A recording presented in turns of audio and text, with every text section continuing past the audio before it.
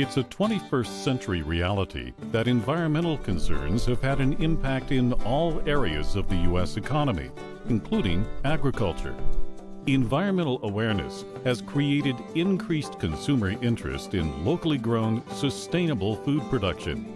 While advances in technology continue to improve farming productivity and efficiency, it still requires a large amount of two very precious natural resources, water and land. However, there is a sustainable, financially viable food production system that utilizes approximately 2% of the water use of a conventional farm. This system combines fish farming and hydroponics to create a symbiotic environment known as aquaponics.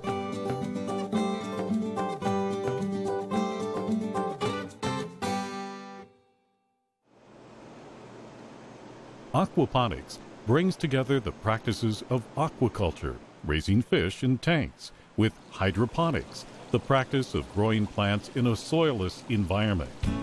In an aquaculture system, waste accumulates in the tanks, which eventually has to be removed to maintain the health of the fish.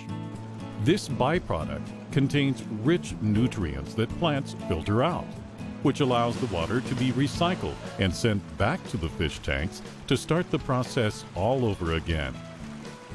An aquaponic system is scalable from small individual use all the way up to a large commercial operation.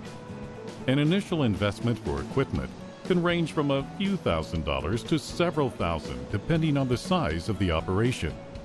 Keep in mind, for every gallon of water in your fish tank, you can have 1/2 to 1 square feet of grow bed space, depending on fish density and feeding rates. And for every 1 pound of fish to be raised, you need 1 to 2 gallons of water.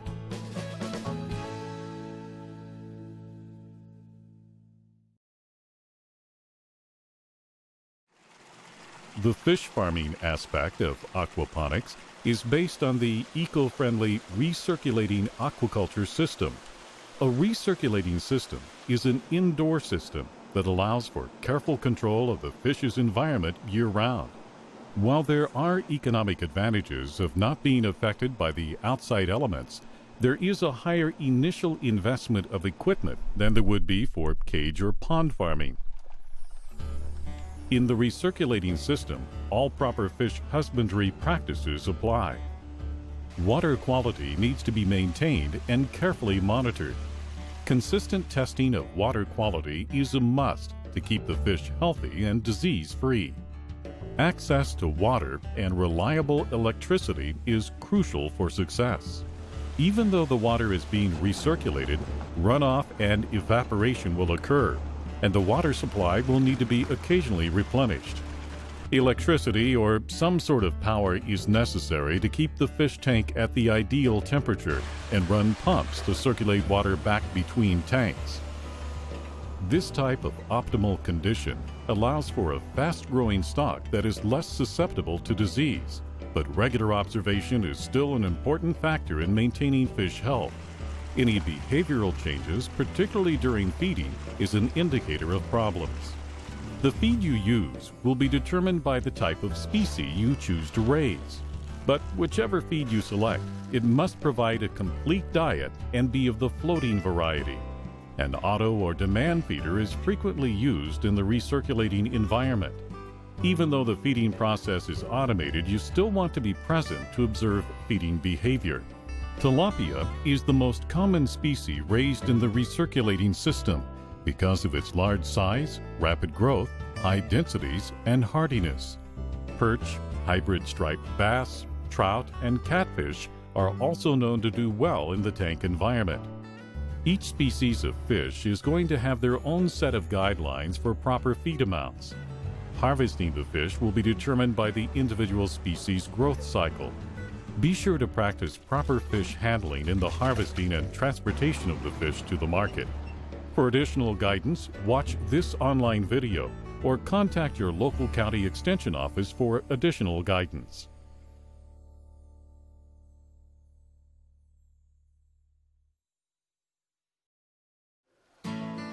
The key component to the recycling aquaculture system is the removal of the harmful waste products and uneaten food from the rearing tanks while continuing to recycle the water.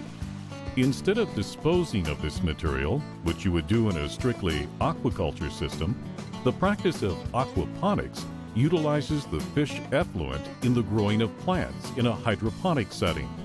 As the waste and uneaten food collect at the bottom of the rearing tanks, it exits by way of a PVC pipe to a clarifier or settler. A clarifier or settler is where the anaerobic mineralization of the waste and uneaten food occur. Over time, the waste material collected in the clarifier begins to break down and releases nutrients to the water. Trace materials such as iron may have to be added to supplement the plant's nutritional needs. This mineral-rich water then moves through the biofilter. A biofilter allows for the natural biological process called nitrification to occur. Through the breakdown of the waste, large amounts of ammonia are released in the water. The natural bacteria present in the water will use the oxygen in an aerobic process to efficiently convert the ammonia to nitrite and then to nitrate. The biomedia in the biofilter expedites the process by allowing the bacteria to colonize in an area with correct water temperature, pH, and dissolved oxygen levels. This nitrate-rich water then moves to the plant grow beds.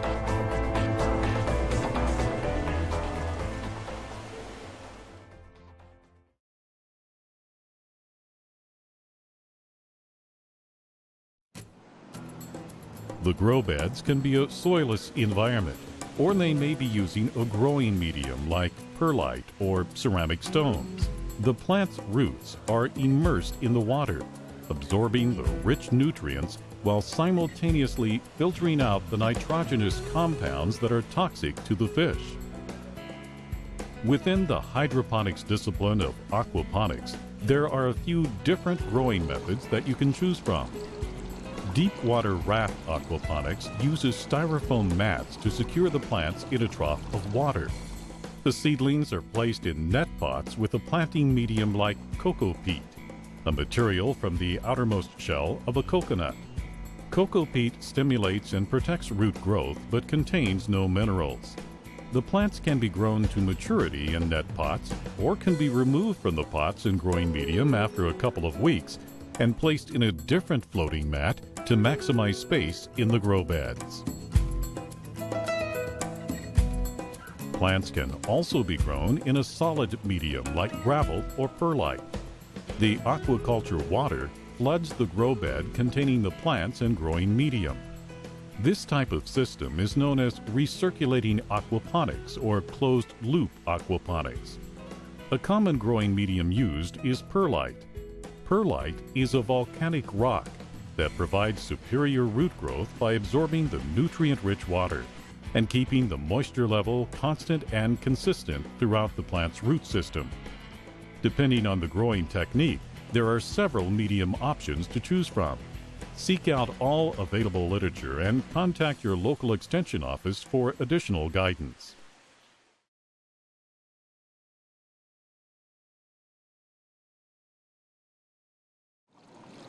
Water is only half the equation when it comes to plant growth. The other, of course, is light.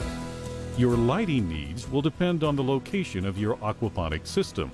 In the Midwest, where systems are indoors, artificial lights will be necessary. There are several types of lights that can be used depending on the budget and application. High-output fluorescents are commonly used grow lights. It's a cost-effective option with the added benefit of having a low heat output. This allows for very close light placement, which provides for maximum plant growth. LED grow lights, while much more expensive than fluorescent, usually 2 to 3 times the cost, are more power efficient, have longer lasting bulbs, and have the flexibility of adjusting the light spectrum. Red light is more desirable for budding plants, while blue light works better for vegetative growth. It's possible to mitigate the cost of LED lights by installing a track system above the grow beds. and reducing the number of light fixtures needed. Obviously, there's a trade-off. The growth rate of plants under a constant source of light will be faster than a grow bed utilizing the track system. Metal halide lights are also used in an aquaponic system. These grow lights put out an intense amount of light high in the blue spectrum. The individual bulbs can be expensive, and they do produce a considerable amount of heat, so you need to be sure that your space has proper cooling and ventilation. Metal halides are best for large plants, while fluorescents do better with small, leafy plants. Also, you want to avoid using metal halides on seedlings due to the intensity of the light. Grow lights can be used as a sole source of light or combined with natural light in a greenhouse environment. A greenhouse provides economic advantages by reducing the amount of artificial light required.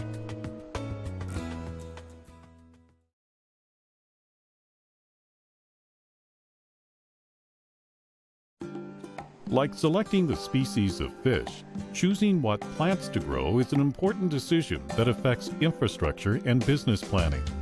Leafy greens like lettuce and cabbage, and herbs like basil and oregano do well in an aquaponic system, but any common garden vegetable can be grown. Careful consideration must be given with plant selection because in an aquaponics operation, the plant side tends to generate more income. Study the markets and choose plants that will bring the largest profit margin. Focus in on markets that will pay a premium for organically grown vegetables like farmers markets and stores that specialize in natural and organic food. Packaging your own product is also an option. For more information on plants, seek out additional literature and contact your local extension office for guidance.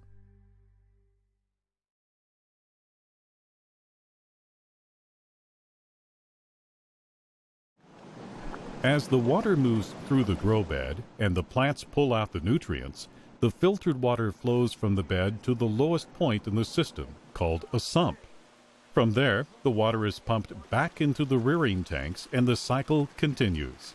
Some micronutrients such as iron and magnesium may need to be added to the system to ensure plant health.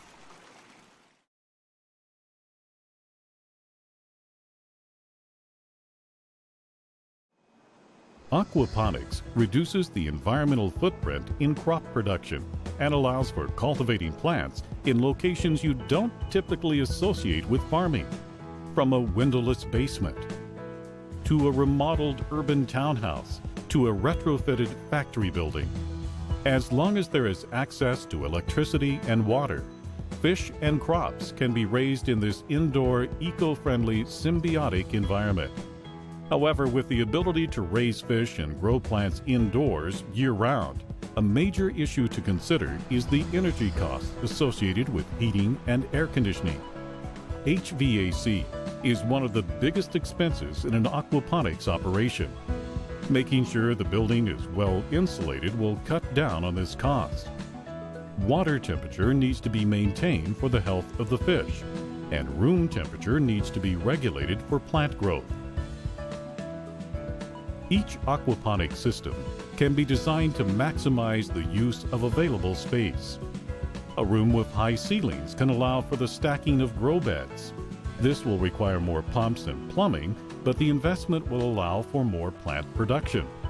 Utilizing natural light from existing windows in an old factory building can also help by reducing artificial lighting costs.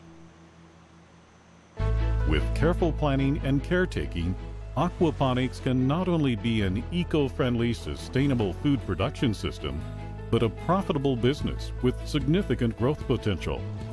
This video has provided an introduction into aquaponics. If you're thinking about starting your own operation, seek out additional information on the web and/or contact your local extension office for guidance.